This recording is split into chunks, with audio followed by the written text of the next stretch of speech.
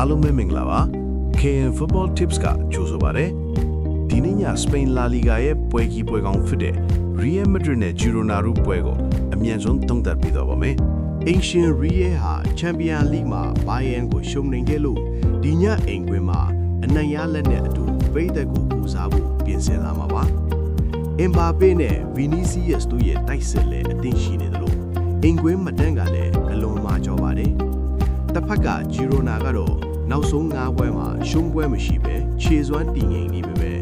အဝေးကွင်းမှာဂိုးရဖို့ရုန်းကန်ရလိမ့်ရှိတာကသူတို့အတွက်အားနေကြပါပဲ Data တွေအရငကိုးပေါင်မှာ Real 90-80 ရာခိုင်နှုန်းထိရှိနေတာကြောင့်ဒီပွဲဟာအင်ရှင်တို့ဂိုးပြတ်သွင်းမဲ့ပွဲဖြစ်လာမှာပါကျွန်တော်ရဲ့ရလက်ခံမှန်းချက်ကတော့3-0နဲ့ Real Madrid တို့အပြတ်အသတ်အနိုင်ရသွားဖို့ရှိပါတယ်